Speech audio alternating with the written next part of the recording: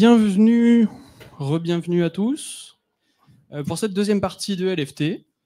Et on va reprendre avec Xavier. On sort de table, mais on va quand même parler de nourriture. Et Xavier, il fait la course depuis de nombreuses années.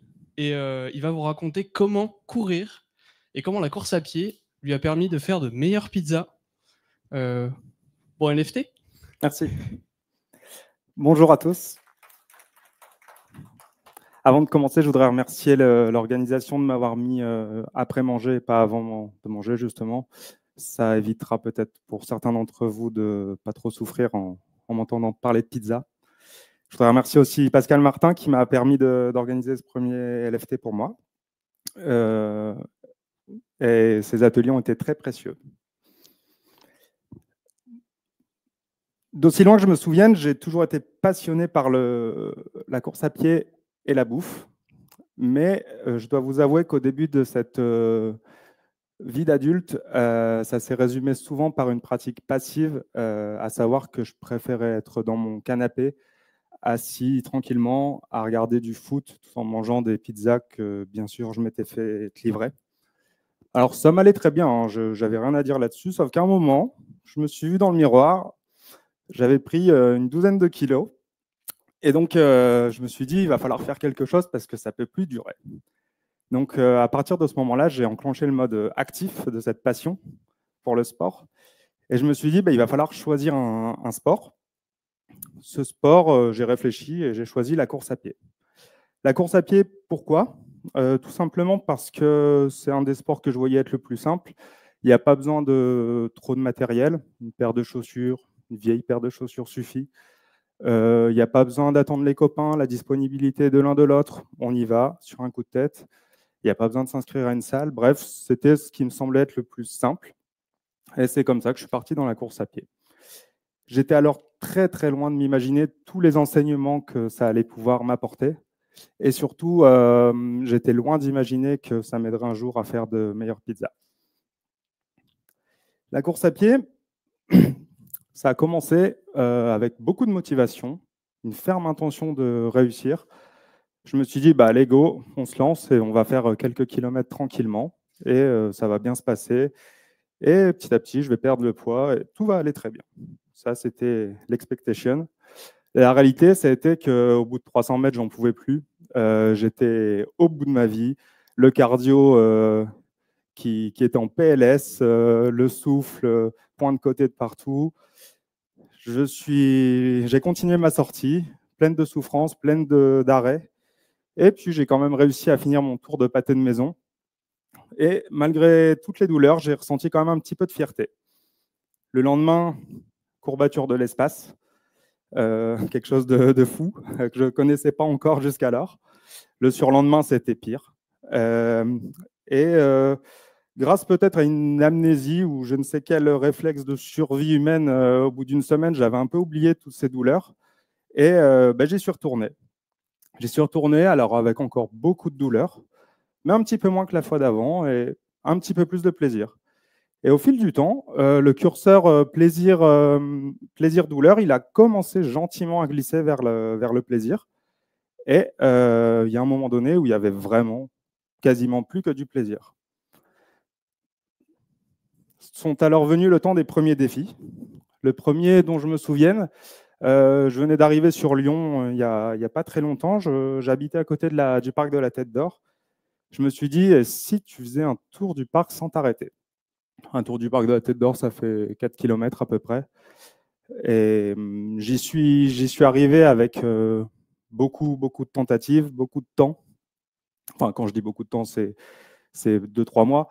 Et je me souviens encore, la première fois que j'y suis arrivé, j'avais l'impression d'avoir bouclé un marathon, littéralement. Je me sentais le meilleur, le plus fort. Alors qu'au final, maintenant, quand je regarde ça, je me dis, ouais, ok, mec, c'était que 4 km. Et quitte à en avoir fait un, je me suis dit, on fait quoi maintenant ? On en fait 2, ça fera 8 km.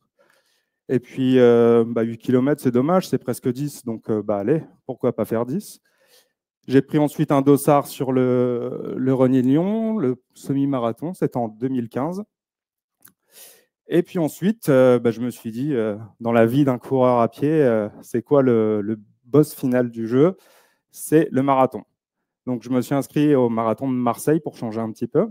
Le cadre était un petit peu plus sympa que d'aller courir sur Gerland. Je ne sais pas pourquoi. Et donc, j'ai bouclé ce marathon, alors avec quand même de la douleur, pas mal de douleur, mais quand même une énorme fierté de me dire, bah voilà, j'ai atteint le boss final et je l'ai battu, du premier coup en plus. Donc, c'est cool. Je suis entré alors dans un cercle vertueux. Bon, alors vous me pardonnerez, c'est plus un rectangle vertueux qu'un cercle vertueux. Je ne suis pas hyper doué. Où en fait la réussite appelle me donne une sensation de satisfaction, me libère de la dopamine et finalement me donne envie que d'une seule chose, c'est de recommencer à faire des nouveaux défis. Et ça, depuis que je cours, et c'est encore le cas aujourd'hui, je ne vis que par défis. Au début, c'était plus des défis à base de dossard et de distance. Maintenant, ça peut être vraiment des défis idiots parfois. Ça peut être, je vais aller chez mon frangin en courant. Ça peut être, récemment, j'ai parcouru toutes les rues de mon village. Ça faisait 75 km. J'en ai eu donc envie de toujours plus. Et là, je me suis dit, la course à pied, ok, tu as fait 42, tu as fait le marathon. Qu'est-ce qu'il y a après? J'en sais rien. Et là, j'ai entendu parler d'une discipline qui s'appelle le trail. Et le trail, en fait, c'est de la pratique de course à pied également, mais qui se fait un peu en dehors de la ville et qui se fait sur sentier, en montagne. Et la particularité, c'est que les distances peuvent être folles et surtout, il n'y a pas de normes. Donc, je me suis inscrit sur mon premier 50 km. Hop. Je me suis inscrit sur mon premier 50 km et j'ai eu rapidement envie d'en faire plus, encore, toujours. Et j'ai entendu parler d'une petite course locale dont pas mal de Lyonnais parlaient, qui s'appelle la Saint-Élion. Donc, je me suis inscrit sur la Saint-Élion, 80 km, que j'ai bouclé avec toujours autant de douleur que de plaisir. Mais malgré tout, peut-être un côté sado, je ne sais pas, j'y suis toujours retourné et j'ai toujours envie d'y retourner. Et après 80, qu'est-ce qu'on pourrait faire? 100, ça serait symbolique, ça serait cool, quoi. Donc, j'ai fait un petit 100 km l'année d'après. J'ai toujours essayé d'être progressif malgré tout pour pas trop me blesser. Et puis, quitte à avoir fait 100, j'ai vu passer un trail de 120, je l'ai fait. Et puis, l'année dernière, je me suis aligné sur la distance phare du trail, qui est le 100 miles. Donc, 100 miles, c'est 160 km. Là, pour le coup, les orgas avaient été sympas. Ils nous en avaient donné 15 de plus. Donc, j'en ai fait 175. C'était une première expérience pour moi qui était un peu plus douloureuse que les autres, mais la fierté était également décuplée. Donc finalement, j'ai qu'une envie, c'est de... Merci. J'ai qu'une envie, c'est de recommencer. Et ça tombe bien parce que j'ai été tiré au sort pour participer au Grand Raid de la Réunion en octobre prochain. Donc c'est à peu près le même format d'épreuve que celui que j'ai fait l'année dernière, sauf que ça se passe dans des montagnes un petit peu comme vous voyez derrière, avec des conditions un peu plus dantesques.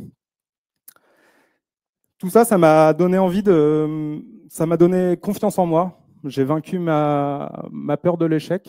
Ça m'a donné envie de toujours faire plus et de me dépasser. Et je me suis dit, la pizza, t'en manges beaucoup, ça serait peut-être cool que tu essaies d'en faire. En fait, finalement, ça ne doit pas être si compliqué. Donc, je me suis dit, je vais prendre les mêmes recettes que j'ai appliquées pour le running, vu que ça a marché. Je vais y aller avec une bonne dose de motivation, une bonne dose de détermination, une bonne pincée de feeling. Et puis voilà, ça a fait des échecs, en fait, comme la course à pied. Je ne sais pas pourquoi j'ai eu cette idée. Donc, j'ai un peu trop d'amour-propre pour avoir fait à ce moment-là des photos de mes échecs. J'en ai trouvé sur Internet, mais qui résument à peu près bien le genre de pizza que j'ai pu produire au tout début. Peut-être pas la première, parce que c'est... Pourquoi que, en fait, si, peut-être. Donc, parfois, elles étaient moches, parfois, elles n'étaient pas bonnes, parfois, c'était les deux. Mais voilà, c'était franchement pas une réussite. Mais par contre, ce que j'ai appris lors de mes expériences en running, c'est que la patience, c'est la clé dans tout. Et que Rome ne s'est pas faite en un jour. Rome, la pizza. Et donc, l'idée, c'est d'être patient, d'apprendre, de faire en sorte que la pizza d'après soit meilleure que la pizza d'avant, d'itérer. Bref, c'est un peu ce qu'on a dans notre boulot au quotidien finalement. Une des autres ingrédients qui m'a permis d'upgrader un peu mes pizzas, ça a été d'apprendre les techniques. Alors, sans avoir la prétention et le souhait de devenir un pizzaiolo hors pair qui fait virevolter les pizzas en l'air, voilà, il y a des façons quand même d'apprendre à étaler une pâte, de la travailler, de ressentir comment elle est. Est-ce qu'elle est assez souple? Est-ce qu'elle est assez moelleuse? Il faut les travailler, il faut en faire plein pour ressentir, avoir ce feeling avec la pâte. Et ça permet aussi d'avoir des pizzas qui commencent à être un peu plus jolies et un peu meilleures. Un des autres ingrédients qui a changé mes pizzas, ça a été l'utilisation de certains ingrédients. Donc, en premier lieu, il y a la farine, le choix de la farine qui pourrait être, qui est très important. Et il y a cette petite chose que vous voyez qui est de la semoule de blé fine.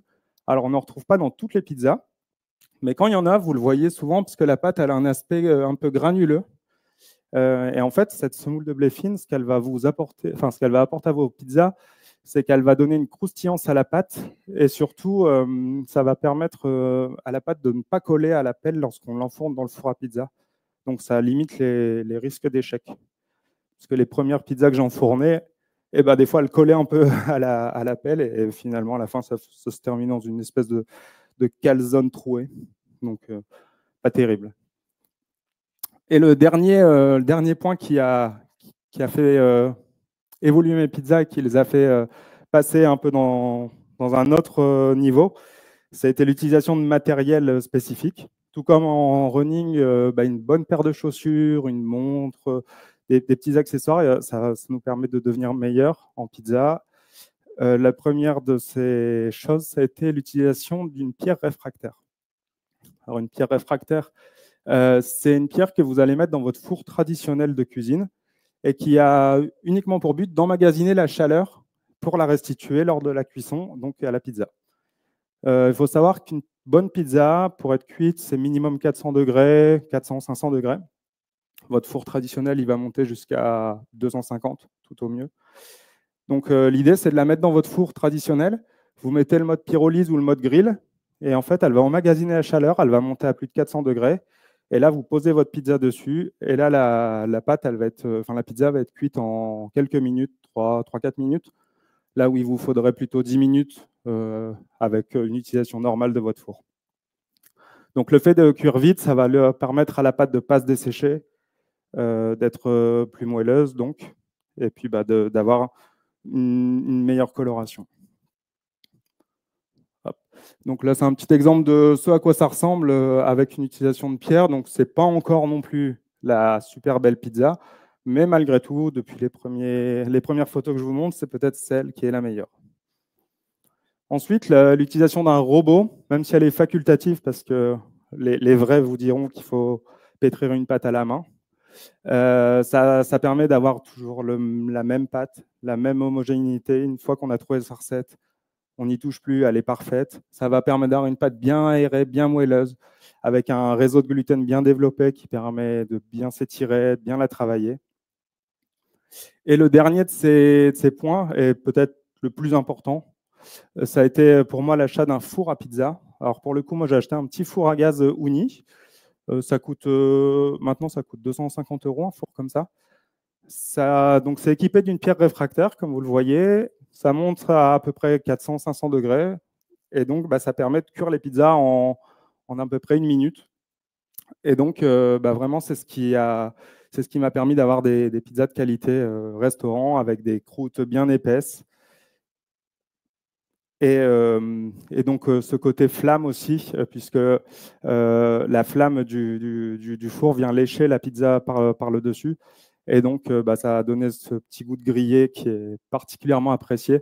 Et c'est exactement la même chose qu'on va retrouver avec les pizzas dites à cuisson de feu de bois. Au final, peu importe la façon dont c'est cuit, tant qu'il y a la flamme, il y aura ce goût et cet aspect grillé. Le côté feu de bois n'apporte rien vraiment de plus. Vu que la cuisson dure 30 secondes à 1 minute, ça n'apporte rien de plus. Voilà, j'espère que je vous aurai donné envie de tenter des nouvelles expériences, de vous mettre à la pizza. Surtout, si vous devez retenir une chose, c'est n'ayez pas peur de l'échec, ça fait vraiment partie intégrante du processus. Comme le disait Truman Capote, l'échec est l'épice qui donne sa saveur au succès. Soyez passionnés, vraiment, la passion nourrit la passion. Je suis Xavier Deneux, c'était mon premier LFT. J'espère que je vous aurai donné envie de vous mettre au running ou alors juste de manger des pizzas.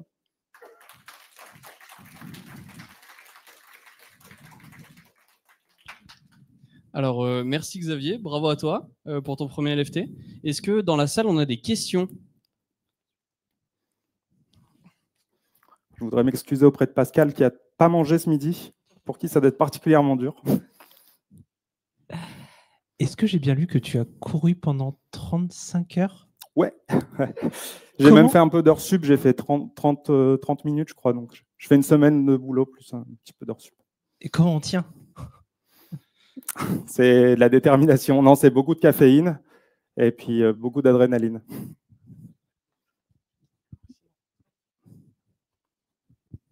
Salut. L'histoire de la pierre là dans un four classique, Oui. Il n'y a pas un risque de foutre le feu si le four il n'est pas fait pour monter jusqu'à telle température? Parce que tu avais l'air de dire que ça permettait de monter jusqu'à 400-500 degrés alors que le four est fait pour 250. Non, parce qu'en réalité, ton four, il peut monter à plus quand il est en mode grill ou en mode pyrolyse. Pyrolyse, il atteint 400, au plus, quasiment 500 degrés pour tout cramer. Là, l'idée vraiment, c'est de le mettre en mode pyrolyse 5 minutes ou dans mon mode grill et juste de saisir ta pizza. Après, il ne s'agit pas de le faire tourner pendant 3 heures d'affilée, mais Okay. c'est sans risque.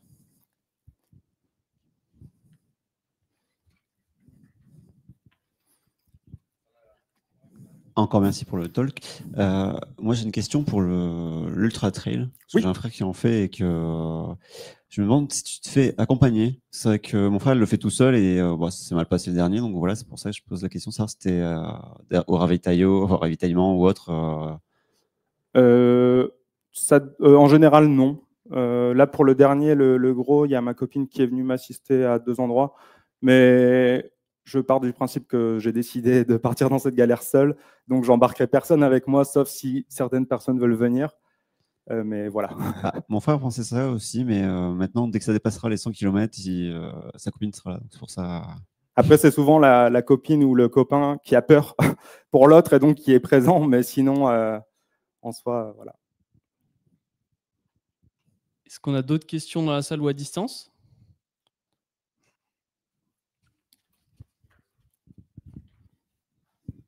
Merci d'avoir fait ton premier LFT tout d'abord.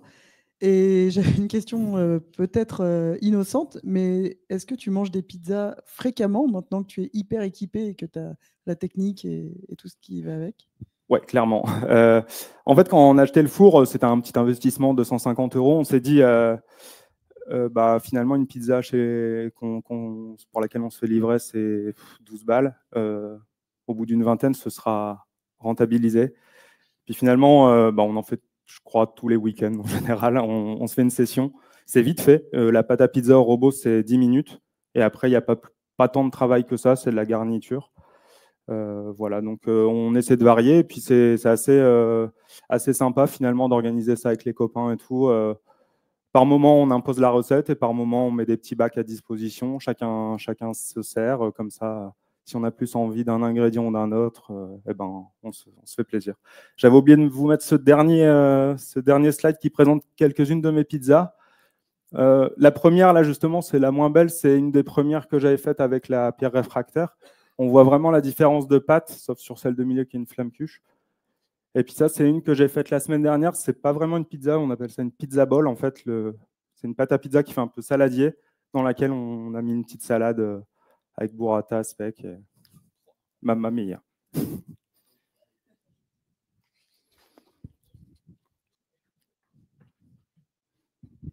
Merci pour la conf. Je vois que tu as une compétence et une connaissance assez étendue sur la pizza. Qu'est-ce que tu penses de la pizza hawaïenne? La même chose que tout le monde. Elle ne devrait pas exister, cette pizza. Un grand merci, bravo. C'est peut-être bon à Hawaï, les pizzas hawaïennes, j'en sais rien, mais non. Quand est-ce qu'on goûte? Alors, j'y avais pensé. Je suis venu en moto, donc. Mais en vrai, c'est carrément quelque chose d'envisageable. Les pizzas le YOLO, ils viennent en scooter. Hein. C'est vrai, mais ils viennent pas avec leur four à pizza.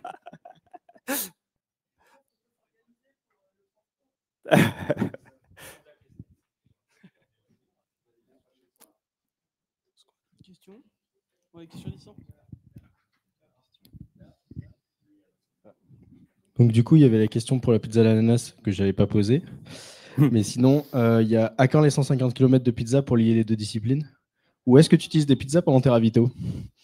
Alors non, c'est vrai que je n'ai pas encore testé la pizza. J'ai fait les croque-monsieur, mais pas les pizzas. Mais pourquoi pas? Et après, je crois que c'était tout.